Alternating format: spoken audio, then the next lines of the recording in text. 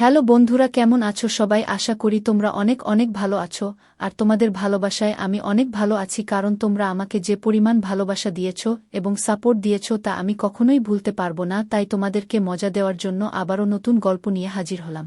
গল্পটি শোনা মাত্রই আশা করি তোমাদের দাঁড়িয়ে যাবে এবং তোমরা সবাই হাতের কাজ করতে হেডফোন নিয়ে বসে যাও। যদি আমার গল্প শুনে মজা পাও তাহলে অবশ্যই আমার চ্যানেলটি সাবস্ক্রাইব করবে। তো চলো বন্ধুরা, কথা না বাড়িয়ে আসল গল্পে চলে যাই। এই তোর সাহস হলো কিভাবে আমাকে না জানিয়ে বন্ধুদের সাথে ঘুরতে যাওয়ার? এখন আমি যদি টাইমে না পৌঁছাতাম তাহলে তোর কি হতো একবারও ভেবে দেখেছিস? কি হলো, চুপ করে আছিস কেন?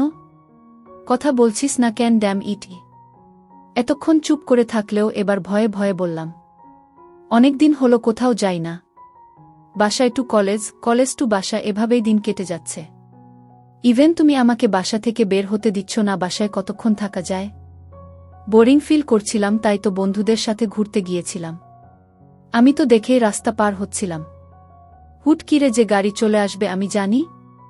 এই তোকে এত কথা কে বলতে বলেছে? আমি যদি সে সময় তোকে সরিয়ে না নিতাম তাহলে কি হতো আজকে, তার কোনো ধারণা আছে তোর? পারিস তো শুধু ভ্যা ভ্যা করে কান্না করতে আর হুদাই লাফাতে গু। ভাইয়া, এবার কিন্তু তুমি আমাকে অপমান করছো গু। তোর আবার অপমান বোধ আছে? জানতাম না তো গু। ভাইয়া, এই একদম গলা ফাটিয়ে চিৎকার করবি না বলে দিলাম। আর ভাইয়া কি? হ্যাঁ, কে তোর ভাইয়া? কেন তুমি গু? একদম ভাইয়া বলে ডাকবি না বলে দিলাম। তোকে কতবার বলেছি ছোট আব্বু তোকে কুড়িয়ে পেয়েছে। সো তুই আমার কেউ না।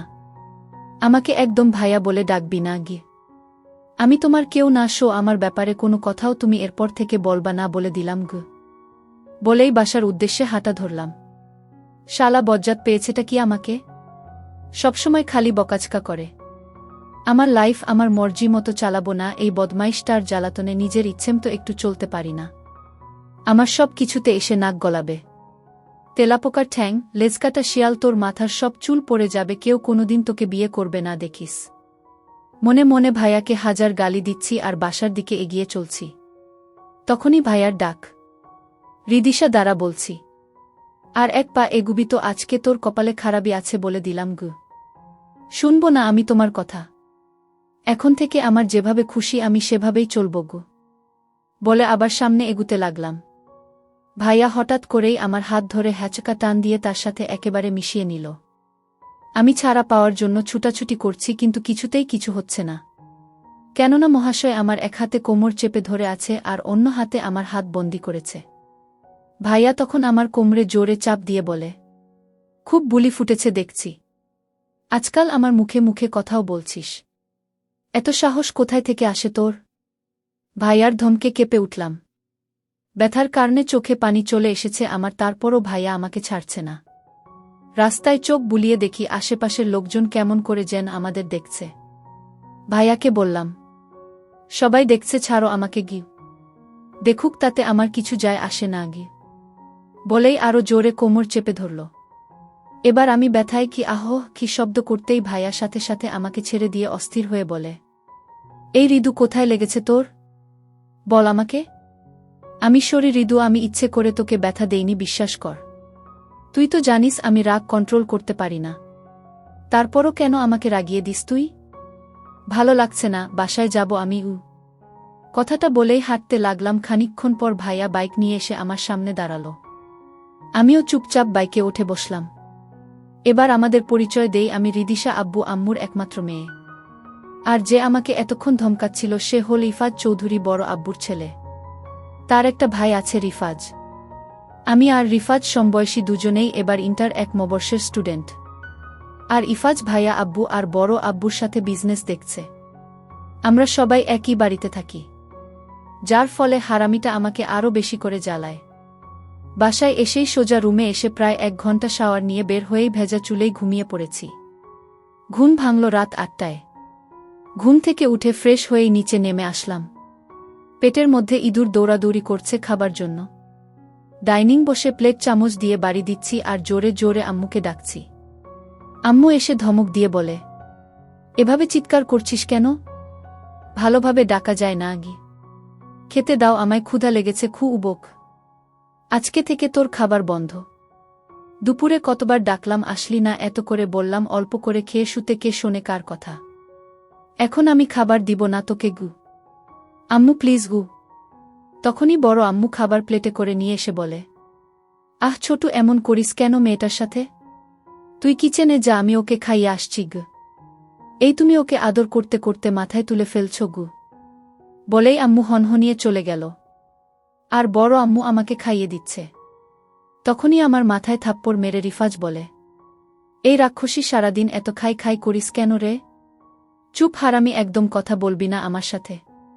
তোর রাক্ষস ভাইটাকে দেখে সবগুলা তখন পালিয়ে গেলি কেন? জানিস আমাকে কতগুলা বকা দিচ্ছে শুধু শুধু গু। লও ঠেলা, যেখানে বাঘের ভয় সেখানেই সন্ধ্যা হয় গু। বলেই রিফাজ ওখান থেকে কেটে পড়ল। খাবার চিবুতে চিবুতে ঘাড় ঘুরিয়ে দেখি পেছনে ইফাজ ভাইয়া পকেটে হাত ঢুকিয়ে রাগী চোখে আমার দিকে তাকিয়ে আছে। তাড়াতাড়ি মুখের খাবারটা শেষ করে পানি খেয়ে বড় আম্মুকে বললাম, আমি আর খাবো না, আমার খাওয়া শেষ গ। সে কি রে, একটু আগেই তো খিদে পেয়েছে বললি, আর এখনই খাওয়া শেষ? আর একটু খেয়ে নে মা গু। না বড় আম্মু, আমার পেট ভরে গেছে গি। বলে আসতে নিলেই ইফাজ ভাইয়া আমার হাত ধরে টেনে এনে ডাইনিংয়ে বসিয়ে বলে, সবটা শেষ করে তারপর এখান থেকে যাবি, নয়তো আজকে তোর খবর আছে ইউ। বড় আম্মু, তোমার ছেলেকে বলো আমার বিষয়ে যেন কথা না বলে গি। ইফাজ ভাইয়া বলে, আম্মু তোমার আদরের মেয়েকে বলে দাও পুরো খাবার শেষ না করে এখান থেকে এক পা নড়তে পারবে না গি।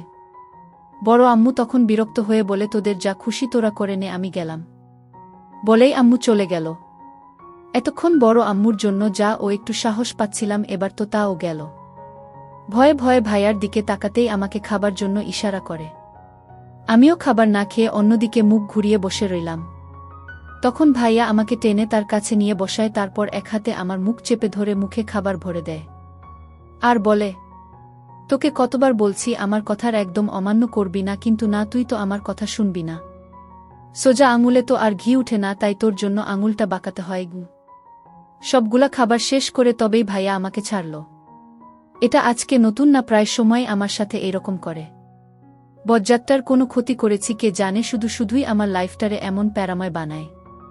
কোনো ছেলের সাথে অবধি কথা বলতে দেয় না, আর অন্যদিকে নিজে ঠিকই মেয়েদের সাথে রংঢং করে বেড়ায়। দেখো, রোজ রোজ এত অশান্তি ভালো লাগে না। আমাদের যখন কোনো কিছুতেই মিলমিশ হচ্ছে না, তাহলে মিউচুয়ালি ডিভোর্স হয়ে যাওয়ায় ভালো গু। তরির দিকে তাকিয়ে কথাটা বলে ওঠে কুষাণ। তরি কিছু না বলে কুষাণের দিকে তাকিয়ে থাকে। হালকা হাসে তরি। কুষাণ তরির এই শান্ত দৃষ্টির সাথে নিজের দৃষ্টি মিলাতে না পেরে অফিস যাওয়ার উদ্দেশ্যে বেরিয়ে যায়।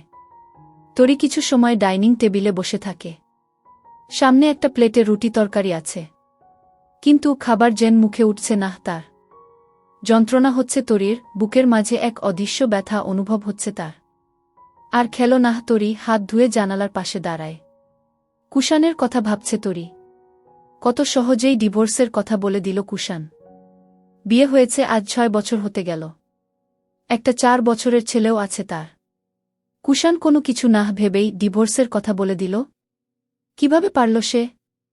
পরিবার থেকে দেখে শুনেই বিয়ে দেওয়া হয়েছিল তাকে, কোনো কিছু না ভেবেই পরিবারের এক কথায় কুষাণকে বিয়ে করতে রাজি হয়েছিল তরি। তার এমন প্রতিদান পেল তরি? মাম্মাম খু কান্না মেশানো রিনরিনে আওয়াজে ধ্যান ভাঙে তরির। তাড়াতাড়ি দৌড়ে রুমে আসে তরি। শিশির উঠে গেছে। শিশির কুষাণ আর তরির একমাত্র ছেলে। শিশির বিছানার উপর বসে বসে চোখ ডলছে। মাত্র ঘুম থেকে উঠেছে। উঠে মাকে না দেখতে পেলে এই 4 বছর বয়সে এখনও কান্না করে শিশির। তরি এগিয়ে আসে ছেলের কাছে, শিশির মাকে দেখে একটু মিষ্টি হাসি দেয়। তরি শিশিরের দিকে হাত বাড়িয়ে দিতেই শিশির এগিয়ে এসে মায়ের গলা জড়িয়ে ধরে। তরি শিশিরের কপালে একটা হাত এঁকে দেয়, তারপর আগলে নেয় নিজের নারী ছেঁড়া কষ্টের মানিককে। কুষাণ নিজের কেবিনে বসে অফিসের কাজ করছে। আজকাল কুষাণের মন মেজাজ বড্ড খিটখিটে হয়ে থাকে। বাসায় এত অশান্তি থাকলে মন মেজাজ ভালো থাকে কার? আজকাল না, বেশ অনেক দিন যাবৎ তরির সাথে তার ঝগড়া লেগেই থাকে। সব কিছুতেই তাদের মাঝে ঝামেলার সৃষ্টি হয়। আর ভালো লাগে না এইসব কুষাণের। কুষাণ এক দৃষ্টিতে ল্যাপটপের দিকে তাকিয়ে কাজ করে যাচ্ছে। এমন সময় দরজায় কেউ নক করলে কুষাণ তাকে ভেতরে আসার অনুমতি দেয়। কুষাণ দরজার দিকে তাকিয়ে দেখে রিমি। রিমি হল কুষাণের পি.এ। রিমি কুষাণের দিকে তাকিয়ে হালকা হাসে। কুষাণও হালকা হাসে। রিমি এগিয়ে আসতেই কুষাণ বলে ওঠে, বসো। রিমি হালকা হেসে কুষাণের অপোজিট চেয়ারে বসে একটা ফাইল এগিয়ে দিয়ে বলে ওঠে, স্যার, ফাইলগুলো কমপ্লিট হয়ে গেছে কি? কুষাণ হাত বাড়িয়ে ফাইলগুলো নিয়ে দেখতে থাকে। রিমি এক দৃষ্টিতে তাকিয়ে থাকে কুষাণের দিকে। কুষাণকে বেশ ভালো লাগে রিমির। অনেক সুদর্শন একজন পুরুষ কুষাণ। রিমি এইটাও জানে কুষাণ বিবাহিত, এমনকি বাচ্চাও আছে। কিন্তু তাও নিজের ভালো লাগাকে আটকাতে পারে না রিমি। আজ কুষাণকে একটু ফ্যাকাশে লাগছে। রিমি দেখতে পাচ্ছে কুষাণকে আজ বড্ড গোমরা লাগছে। রিমি কিছুটা ভ্রু কুঁচকিয়ে তাকায় কুষাণের দিকে। কুষাণ খুব মনোযোগ দিয়ে ফাইল দেখছে। রিমি আস্তে করে বলে ওঠে, স্যার। কুষাণ ফাইল থেকে চোখ সরিয়ে রিমির দিকে তাকায়। রিমি কুষাণের দিকে তাকিয়ে হালকা ভাবে বলে ওঠে, আজ আপনাকে খুব মন মরা লাগছে। কিছু হয়েছে? কোনো সমস্যা? রিমির কথা শুনতেই কুষাণের তরির কথা মনে পড়ে। আজ সকালে মেয়েটাকে ডিভোর্সের কথা বলে এলো সে। এইটা কি ঠিক করল? কিন্তু কি করবে সে? রোজ রোজ সামান্য বিষয় নিয়েও কথা কাটাকাটি হয়, ঝামেলা হয়, ঝগড়া হয়, ভালো লাগে না কুষাণের। রিমি কুষাণের দিকে তাকিয়ে আছে। কুষাণকে বেশ অন্যমনস্ক লাগছে তার কাছে। রিমি আরও কিছু সময় চুপ থেকে আস্তে করে বলে ওঠে, স্যার। রিমির ডাকে ধ্যান ভাঙে কুষাণের। রিমির দিকে এক পলক তাকিয়ে হালকা হেসে বলে ওঠে, তেমন কিছু না, আমি ঠিক আছি। রিমি আর কিছু বলতে গিয়েও বলল না। কুষাণ ফাইলে আরও কিছু সময় চোখ বুলিয়ে বলে ওঠে, হ্যাঁ, দেখলাম। ঠিক আছে সব কিছু। আমি নিউ ফাইল পাঠিয়ে দিব তোমার কাছে। ঠিক আছে, আমি তাহলে আসি। হুম। রিমি চলে যায়। কুষাণ ল্যাপটপটা অন করে আবার কাজ শুরু করে দেয়। কিন্তু কেন জানি আর কাজে মন বসছে না কুষাণের। ল্যাপটপ বন্ধ করে কিচেনে কল করে কফি আনতে বলে কুষাণ। রাত 9:08। তরি শিশিরের সাথে খেলা করছে। শিশির একটা গাড়ি নিয়ে খেলতে খেলতে তরির দিকে তাকিয়ে বলে ওঠে, মাম্মাম, পাপা আসে না কেন এখনো? তরি ছলছল চোখে ছেলের দিকে তাকায়। কুষাণ সাধারণত 9টার আগেই বাসায় চলে আসে। কিন্তু আজ যে বড্ড দেরি করছে। শিশির এগিয়ে এসে তরির মুখ ধরে বলে ওঠে, মাম্মাম, বলো না পাপা কই? পাপা আসে না কেন? তরি কোনোরকমে নিজেকে সামলিয়ে নিয়ে বলে ওঠে, আমি জানি না বাবাগু। চলো না মাম্মাম, আমরা পাপাকে কল করি। আমি কল করে দিচ্ছি, তুমি কথা বলো, ঠিক আছে বাবা? ঠিক আছে গি। কুষাণ আর তরি কখনো শিশিরের সামনে কথা কাটাকাটি করেনি। তাই শিশিরের এই ঝগড়ার ব্যাপারে কোনো অভিজ্ঞতা নেই। তরিও যতটা সম্ভব ছেলেকে এইসব থেকে দূরে রাখার চেষ্টা করে। কিন্তু আজকাল সব কিছু যেন হাতের বাহিরে চলে যাচ্ছে। কল বেজে যাচ্ছে কুষাণের, কিন্তু রিসিভ হচ্ছে না। আবারও কল দেয় তরি, এইবারও কল রিসিভ হলো না। তাহলে কি কুষাণ ইচ্ছে করে তরির কলও এভয়েড করছে? শিশির বিছানার উপর দাঁড়িয়ে বলে ওঠে, মাম্মাম, আমাকে ফোন দাও, আমি কথা বলি পাপার সাথে। তরির বুকের ভেতর টাহ ধুক করে উঠে। কি উত্তর দিবে এখন তরি এই বাচ্চা ছেলেকে? এইসব ব্যাপারে এখনো কিছুই বুঝে না। শিশির আগ্রহ হয়ে আবার ওঠে, কি হলো মাম্মাম? দাও। তরি নিজেকে একটু সামলিয়ে নিয়ে বলে ওঠে, তোমার পাপা আজ খুব ব্যস্ত সোনা, আসতে একটু দেরি হবে। তুমি আজ ঘুমিয়ে পড়ো। শিশির একটু খুঁত খুঁত করতে করতে বলে ওঠে, আমাল তো পাপার জন্য মন কেমন কলে মাম্মাম। পাপা আজ খুব ব্যস্ত যে। চলো আজ মাম্মাম বেশি বেশি আদর করবে তোমাকে। তরি শিশিরকে নিয়ে বিছানায় শুয়ে ছেলেকে ঘুম পাড়ানোর চেষ্টা করতে থাকে। রাত 10:20। শিশির ঘুমিয়ে গেছে। অনেক খুঁতখুত করেছে আজ কুষাণের জন্য। তরি ঘড়ির দিকে তাকায়, এখনো এলো না কুষাণ। তরি শিশিরের দিকে তাকায়। পুরো বাবার মতো দেখতে হয়েছে ছেলেটা। হালকা হাসে তরি। শিশিরের কপালে এক ভালোবাসার পর্শ এঁকে দেয় তরি।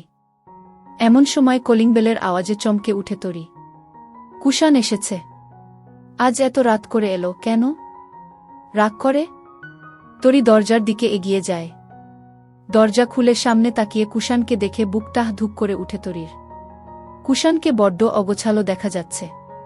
চোখ দুইটা লাল হয়ে আছে, শান্ত দৃষ্টিতে তাকিয়ে আছে তার দিকে। শার্টের উপরের 3টা বাটনই খোলা, ব্লেজারটা হাতে ঝোলানো, চুলগুলো উস্কোখুস্কো হয়ে আছে, ফর্সা মুখটা ফ্যাকাশে হয়ে আছে। খুবই ক্লান্ত দেখা যাচ্ছে কুষাণকে। কুষাণ শান্তভাবে বলে ওঠে, ভেতরে যেতে দিবা না? তরি কোনো কথা না বলে দরজা থেকে সরে দাঁড়ায়। কুষাণ ভেতরে চলে গেলে তরিও দরজা বন্ধ করে কুষাণের পেছন পেছন আসে। কুষাণ ভেতরে গিয়ে দেখে বিছানার উপর শিশির ঘুমিয়ে আছে। রোজ রাতে ছেলেটার সাথে অনেক সময় খেলা করে কুষাণ। আজ ছেলেটা ঘুমিয়ে গেছে। কুষাণ ব্লেজারটা পাশে রেখে শিশিরের দিকে এগিয়ে যায়। শিশির কত সুন্দর শান্ত হয়ে ঘুমিয়ে আছে।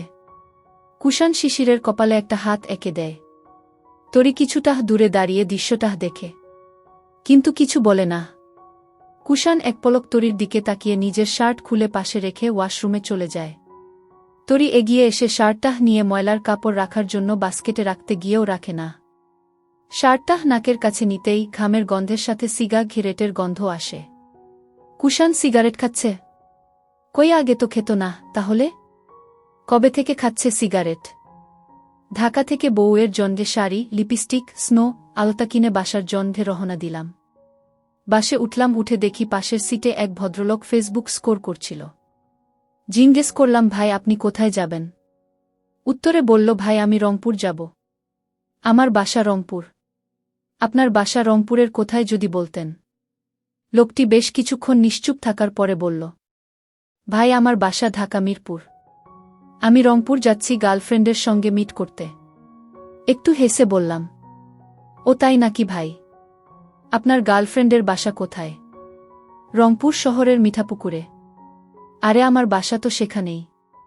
তার মানে আপনি আমাদের মেহমান? লোকটি হেসে বলল, হ্যাঁ ভাই। আবার জিজ্ঞেস করলাম, ভাই যদি কিছু মনে না করেন আপনার গার্লফ্রেন্ডকে একটু দেখতে পারি আমি? যদি চিনতে পারি তাহলে তো ভালোই হবে। কথাটি শোনার সঙ্গে সঙ্গে লোকটি ফোনের গ্যালারিতে গিয়ে গার্লফ্রেন্ডের একটি পিক আমাকে দেখালো। পিকটা দেখা মাত্রই আমি আকাশ থেকে পড়লাম, কারণ এটা আর কেউ না, আমার বুসুমি। লোকটি আমাকে জিজ্ঞেস করল, ভাই চিনেন মেয়েটিকে? হ্যাঁ ভাই চিনি। আমাদের পাশের বাড়িটাই ওর। নাম হলো সুমি, বেশ ভদ্র একটি মেয়ে। তাই? হ্যাঁ, আপনি আমার সঙ্গে বাড়িতে চলুন। আমাদের বাড়িতে থাকবেন। ভাই কাউকে বলিয়েন না এই কথাটি। আরে না, এসব কথা কাউকে বলার মতন নাকি? আপনি বিশ্বাস রাখতে পারেন। ঠিক আছে ভাই। এরপর রাস্তায় অনেক কথা হলো আমাদের, এরই মধ্যে আবার গন্তব্যস্থানে চলে আসলাম। আসার পরে লোকটিকে নিয়ে আমার বাড়ি আসলাম। বাড়িতে এসে সুমি যখনই আমাকে এবং তার বয়ফ্রেন্ডকে একসঙ্গে দেখল সে বেশ আশ্চর্য হল। কি বলবে ভেবে পাচ্ছে না।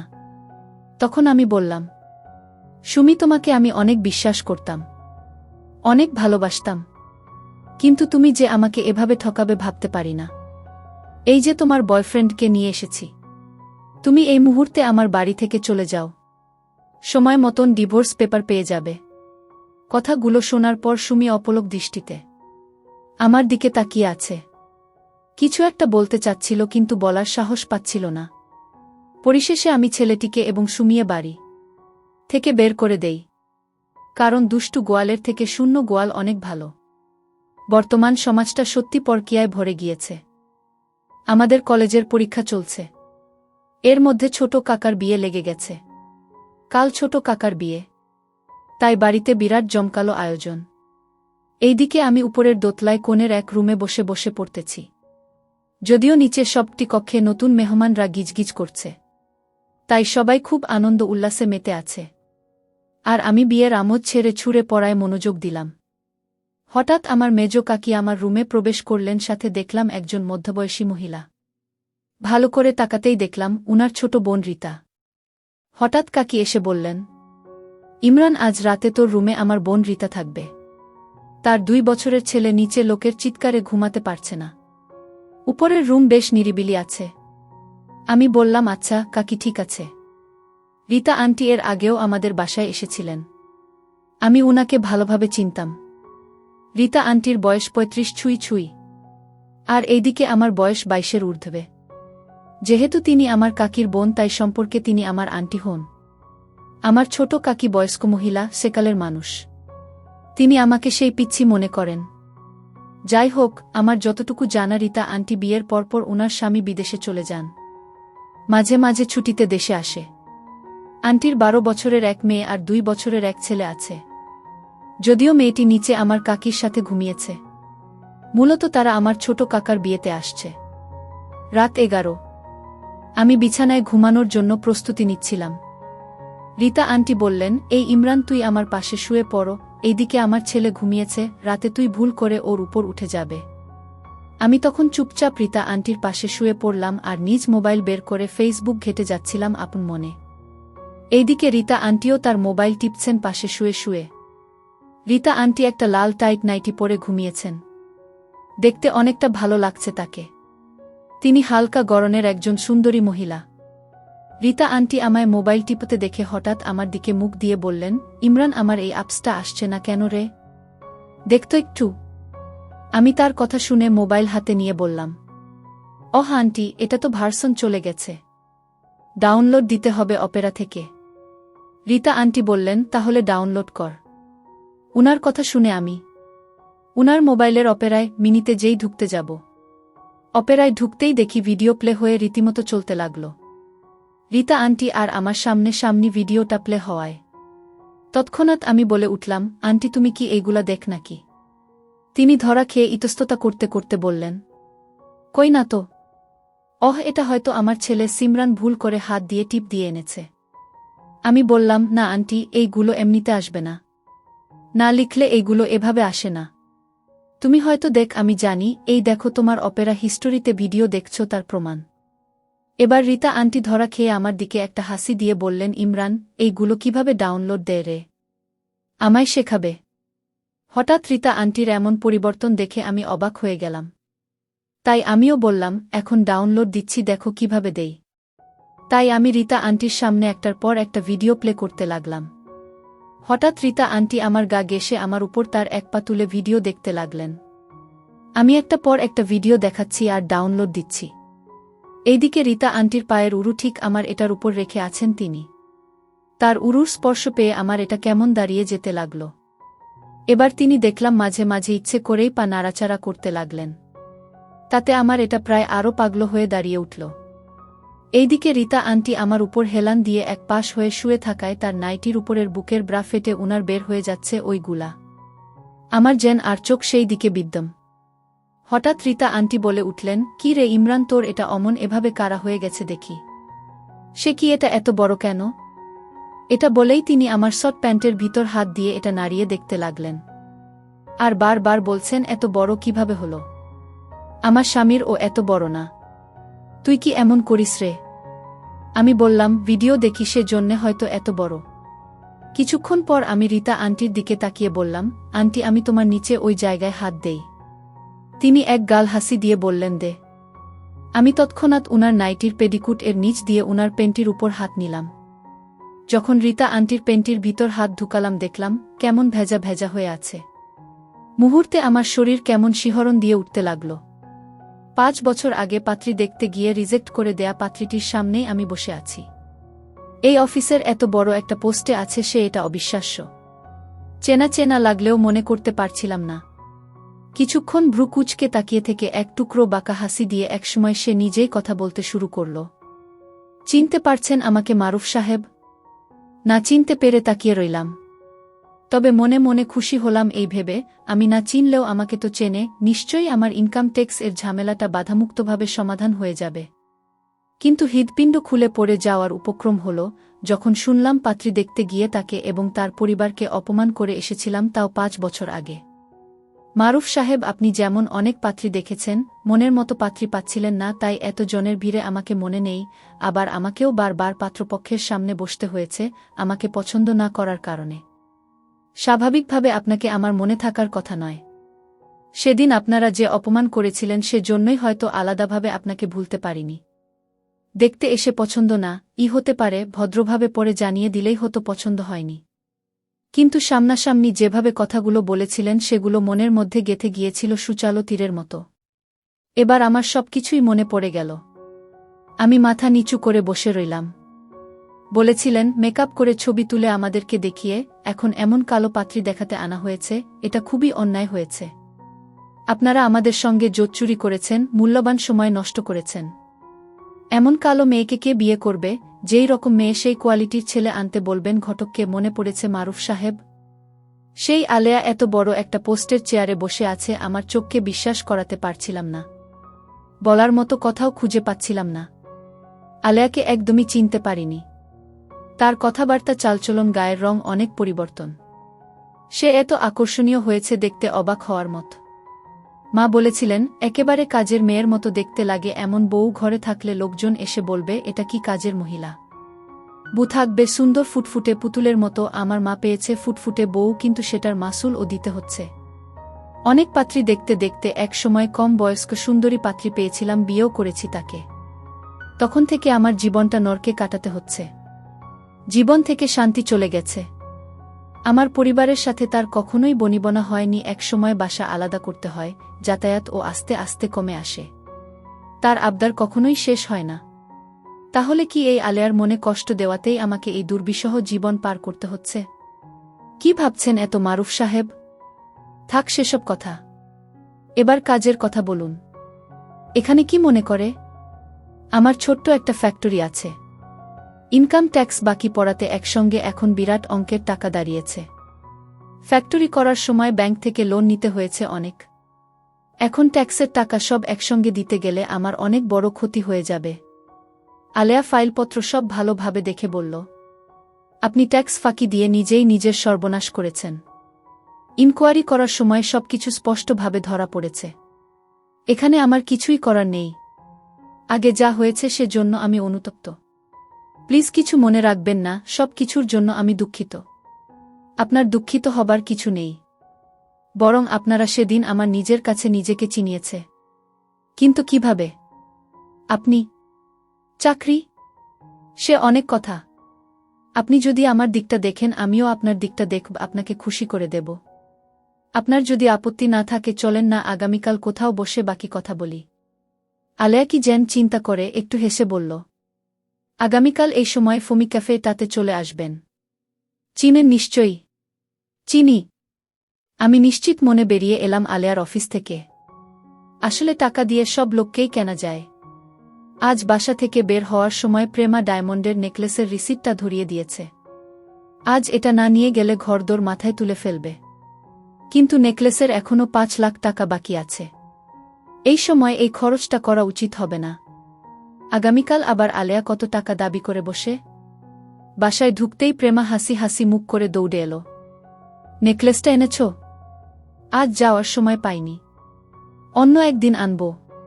কি আননি? কাল আমাদের কিটি পার্টি। আমি ভেবে রেখেছি ওইটা পরে যাব, শাড়িটাড়ি সব ঠিক করে রেখেছি। আর এখন বলছো আনোনি? পুরনো গয়না পরে আমি যাব? ওইসব পরা তোলা ছবি ফেসবুকে সবাই আগেই দেখে ফেলেছে। হায় হায়, আমি মুখ দেখাতে পারবো না। আরও কত কি বলতে বলতে প্রেমা গলার আওয়াজ বাড়াতেই থাকল। সেসব শোনার আর ধৈর্য রইল না। ওয়াশরুমে ঢুকে বসে রইলাম। মা বাবার ঝগড়া দেখে দেখে ছেলেটাও চুপচাপ হয়ে গেছে। প্রেমা আছে শুধু আনন্দ ফুর্তি নিয়ে, ছেলের প্রতিও ভালোভাবে নজর নেই। একসঙ্গে স্বামী স্ত্রী বসে একটু চা খাওয়া, গল্প করা, এসব প্রেমার পছন্দ না। শ্বশুর বাড়ির কাউকে তার পছন্দ নয়, বাবার বাড়ির সবাইকে নিয়ে থাকতে চায়। তাদের জন্য দেদারসে টাকা ঢালছে। কিছু বললেই বলে, তোমার সব 2 নাম্বারির খবর আমি জানি, বেশি কথা বললেই সব ফাঁস করে দিব। আমিও শুনিয়ে দেই, তোমার খাই খাই স্বভাবের জন্যই এসব 2 নম্বরই শুরু করতে হয়েছে। অনেকক্ষণ থেকে বসে আছি, আগে আগে এসেছি। এমন লোকদের কত তেল দিয়ে যে কাজ হাসিল করতে হয়। ওই তো দেখা যাচ্ছে আলেয়া আসছে। আমি উঠে দাঁড়িয়ে আমার অপোজিট চেয়ারটা বসার জন্য এগিয়ে দিলাম।